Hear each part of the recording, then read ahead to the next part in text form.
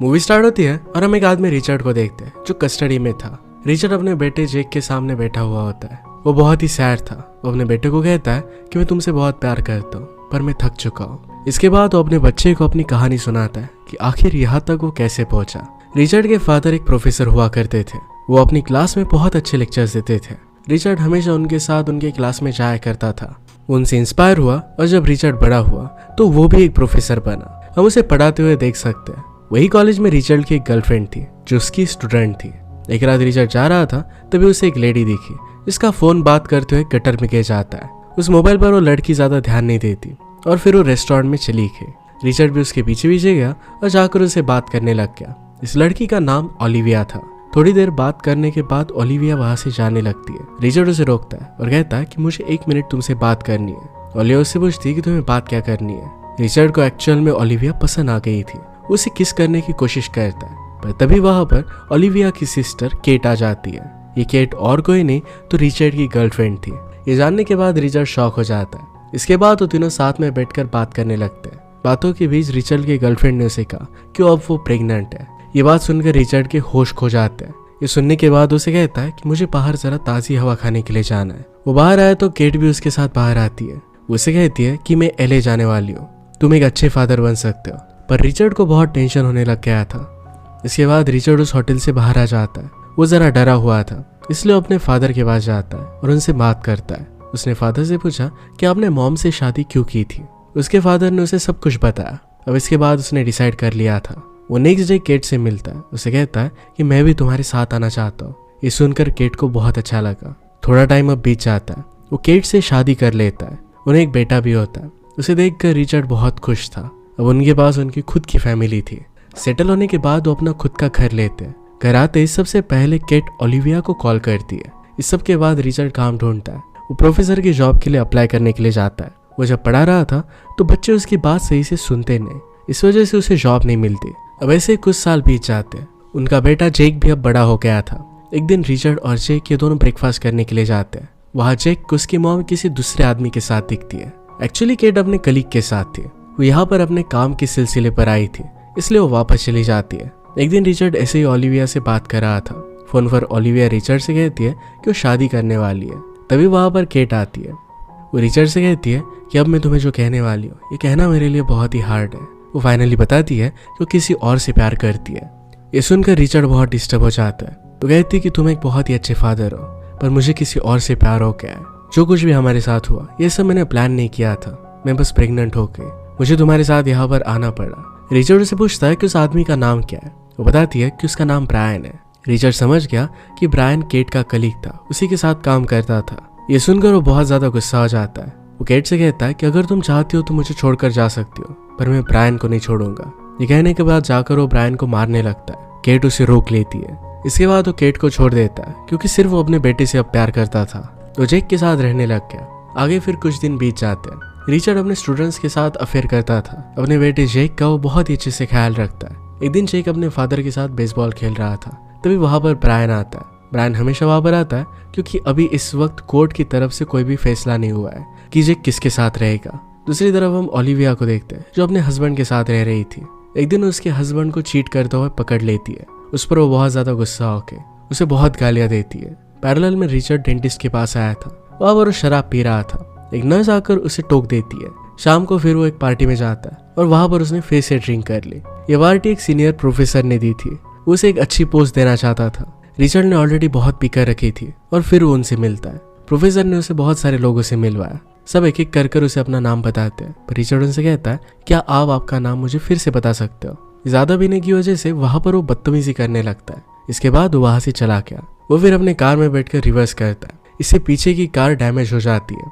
इस बात को सीरियसली नहीं लेता, इग्नोर कर वहां से चला जाता है। वो फुल स्पीड में गाड़ी चला रहा था। ज्यादा स्पीड होने की वजह से पुलिस उसे रोक लेते हैं। पुलिस ने उसे पूछा क्या तुमने ड्रिंक किया है।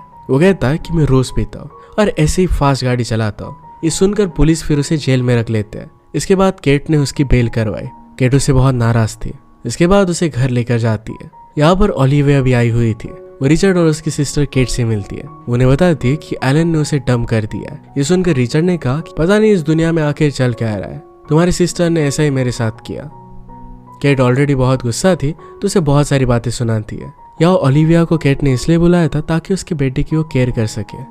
उसे रिचर्ड पर बिल्कुल भी भरोसा नहीं था। इसके बाद नेक्स्ट सीन में हम रिचर्ड को देखते हैं। वो अपने कोर्ट के सेशन में आया हुआ था। कोर्ट के सेशन के दौरान उसका लॉयर उससे पूछता है क्या उसे कोई जॉब मिली है। वो कहता है कि अब मेरे पास कोई जॉब नहीं है। लॉयर ने उसे पूछा कि क्या तुम कभी अरेस्ट हुए थे। रिचर्ड उसे लास्ट फ्राइडे जो अरेस्ट हुई थी इसके बारे में बताता है। ये सुनकर लॉयर ने उसे समझा कि तुम्हें ऐसा नहीं करना चाहिए। अगर तुमने ऐसा किया तो अपने बेटे की कस्टडी तुमसे जा सकती है, तुम्हें डिपोर्ट किया जा सकता है। एक्चुअली रिचर्ड इंग्लैंड से था। अगर उसने यूएसए में अच्छी तरीके से बिहेव नहीं किया तो उसे फिर से इंग्लैंड भेज दिया जाएगा। उसे समझाता है कि अपने बच्चे को पालने के लिए तुम्हें एक जॉब चाहिए, ऐसा नहीं किया तो तुम ट्रबल में आ जाओगे। इस सेशन के बाद वो घर जाता है। घर के बाहर हम ओलिविया को देखते हैं जो अपनी कार को टर्न करने की कोशिश कर रही थी, पर एक कार उसे सही से संभाली नहीं जा रही थी। वो अपनी कार को स्टक कर देती है। ये देखकर रिचर्ड उसे अपनी कार ऑफर करता है। इसके बाद वो दोनों उसकी कार में जाते हैं। ओलिविया जेक को स्कूल से लेने के लिए जा रही थी। यहाँ पर वो बहुत ही ज्यादा खतरनाक ड्राइविंग कर रही थी। रिचर्ड इस पर उससे पूछता है तुम्हें ड्राइविंग कहाँ से सीखी थी। वो कहती कि मैक्सिको से। इसके बाद वो स्कूल पहुंचता है। जेक की टीचर उनसे शिकायत करती है कि जेक स्कूल में एफ वर्ड यूज करता है। इसके बाद रिचर्ड वही पास में अपनी थेरेपी के लिए रुक जाता है। वहां आकर थेरेपी सबसे क्वेश्चन पूछती है और रिचर्ड से भी पूछती है। सेशन खत्म होने के बाद वो फिर से प्रोफेसर की जॉब के लिए अप्लाई करता है। यहाँ इस बार उसकी बातें बच्चे सुन रहे थे। ऐसे ही एक दिन थेरेपी सेशन के बीच में ही उसे ओलिविया का फोन आया क्योंकि जेक रो रहा था। तो उसे फिर जल्दी से उसके पास आना पड़ता है। जेक ने एक खतरनाक सपना देखा था और इसी वजह से वो बहुत डरा हुआ था। रिचर्ड उसके कमरे में गया। जेक उसे पूछता है कि क्या अब माँ और तुम दोनों कभी साथ में नहीं रहोगे। रिचर्ड इसके लिए हाँ कहता है, पर उसने कहा कि इससे तुम्हें कोई भी परेशानी नहीं होगी। अगर तुम्हें हम दोनों में से किसी से भी बात करनी हो तो तुम आराम से कर सकते हो। इसके बाद ओलिविया और रिचर्ड एक दूसरे के साथ कुछ टाइम स्पेंड करते हैं। ओलिविया फिर अपने घर चली गई। वो रिचर्ड के घर के पास जो घर था वहीं पर रहती थी। रिचर्ड रात में उसे खिड़की से देख रहा था। इसके बाद सुबह में जेक को लेने के लिए केट आती है। वो आज पूरा दिन अपने मदर के साथ बिताता है। रिचर्ड ओलिविया के पास शैंपेन की बोतल लेकर गया, पर ऑलरेडी वहां पर उसका नया बॉयफ्रेंड टीम था। फिर वो वहां से चला जाता है। शाम को टीम बहुत लेट घर पर गया। फिर जाते हुए टीम को ओलिविया बाय करती है। ये देखकर रिचर्ड को अच्छा नहीं लगता। उसकी आंखों में अलग सी जलन थी। ओलिविया फिर उसके पास आती है, कहती कि शैंपेन की बोतल कहाँ पर है। रिचर्ड उसे ऊपर बुला लेता है। उसने फिर शैंपेन उसे ऑफर किए। वो दोनों फ्रेंडशिप के नाम पर चीयर्स कहते हैं। ओलिविया फिर अपने सारे गम उसे सुनाने लग जाती है। वो उसे अपने एक्स हस्बैंड के बारे में सब कुछ कह रही थी। रिचर्ड उसे कहता है कि तुम स्मार्ट, फनी और ब्यूटीफुल हो, तुम्हें उसकी कोई भी जरूरत नहीं है। ये कहते हुए फिर वो उसके करीब आ गया और उसे किस करने लगता है। इसके बाद वो दोनों इंटीमेट हो गए। सुबह जब ओलिविया की आँख खुली तो अपनी सिस्टर को घर पर वापस आते हुए देखती है। ये देखकर वो नेकेडी वहां से जाने लग गई। जब केट घर में आई तो ओलिविया नेकेडी पूल में कूद जाती है। केट उससे पूछती है तुम यहाँ पर कर क्या रही हो। ओलिविया ने कहा कि मैं बस यहाँ पर स्विम करने के लिए आई थी। इसके बाद रिचर्ड कॉलेज चला जाता है। कॉलेज में उसकी एक टीचर अच्छी दोस्त थी। वो ओलिविया और उसके बीच में जो भी हुआ था ये सब कुछ उसे बताता है। वो टीचर उसे कहती है कि तुम्हें घर जाना चाहिए, कहीं ऐसा ना हो कि ओलिविया अपनी सिस्टर को सब कुछ बता दे। ये सुनकर रिचर्ड कहता है कि ऐसा नहीं हो सकता। टीचर कहती है कि वो दोनों क्लोज सिस्टर है और वो बातें भी शेयर करती है। ये सुनकर रिचर्ड जल्दी से घर आ जाता है। वहां पर केट स्विम कर रही थी। केट उसे बताती है कि ओलिविया ने उसे सब बता दिया। ये सुनकर रिचर्ड सहम जाता है, पर ओलिविया ने उन दोनों के बारे में उसे कुछ नहीं बताया था। उसने तो सिर्फ ये कहा था कि वो राइटिंग करना चाहती है और रिचर्ड ने उसके साथ बहुत अच्छी तरीके से बिहेव किया। ये सुनकर रिचर्ड की जान में जान आती है। यहाँ पर केट कहती है कि मुझे पछतावा है कि मैंने तुम्हारे साथ अच्छी तरीके से बिहेव नहीं किया। इसके बाद वो ओलिविया को ढूंढने लगता है। ओलिविया उसे पेड़ के नीचे स्मोक करते हुए दिखती है। उसे पूछता है कि क्या तुम हमेशा स्मोक करती हो। ओलिविया उसे कहती है कि मैं तुम्हारे बारे में सोचना बंद नहीं कर पा रही हूँ। यही सेम चीज उसने भी ओलिविया से कही। इसी बीच वहां पर रिचर्ड के डैड आते हैं। सबके लिए वो सरप्राइज था। अपने डैड को देखकर रिचर्ड शॉक हो जाता है। वो उनसे कुछ कह पाता इससे पहले केट वहां पर आकर उनसे मिलने लगती है। सारी बातें होने के बाद उन्हें अंदर लेकर जाती है। यहाँ अपने डैड के साथ होते हुए भी रिचर्ड को चिंता हो रही थी कहीं ओलिविया केट को सब कुछ बता ना दे। इसके बाद ओलिविया, जेक, रिचर्ड और रिचर्ड के डैड सब बीच पर घूमने के लिए जाते हैं। ओलिविया के साथ रिचर्ड बहुत ही खुश था। ये चीज रिचर्ड के डैड ने भी नोटिस की थी। इसके बाद सभी घर आते हैं। रिचर्ड उसके डैड से वहां पर आने की वजह पूछता है। वो कहते हैं कि मेरी वाइफ जोएन मुझे छोड़कर चली गई है। ये सुनकर रिचर्ड को थोड़ा बुरा लगता है। वो उन्हें अपनी स्टोरी बताता है। ये सुनकर उसके डैड उसे कहते हैं कि मैंने तुम्हें पहले ही वार्न किया था, ये केट अच्छी लड़की नहीं है। रिचर्ड इस बात से गुस्सा हो जाता है। कहता है कि आपकी वाइफ आपको इसलिए छोड़कर चली गई क्योंकि कभी भी आपने उसके बारे में सोचा नहीं होगा। आप सिर्फ आपके खुद के बारे में सोचते हो। ये सुनकर उसके डैड को बहुत बुरा लगता है। नेक्स्ट डे ही वो वहां से चले जाते हैं। वहीं पर हम ब्रायन को देखते हैं जिसे रिचर्ड उसके घर पर भेज देता है। इसके बाद रिचर्ड अपने सेशन मीटिंग पर जाता है। वहाँ वो काउंसिल से साइन करने के लिए कहता है कि उसने 10 सेशन कंप्लीट किए है। वो उसे मना कर देती है क्योंकि यहाँ पर उसने कभी भी खुलकर बात नहीं की थी। इसके बाद वो बाहर आता है। वहाँ पर एक लड़की सिंडी से मिलता है जो उसके साथ सेशन में आती है।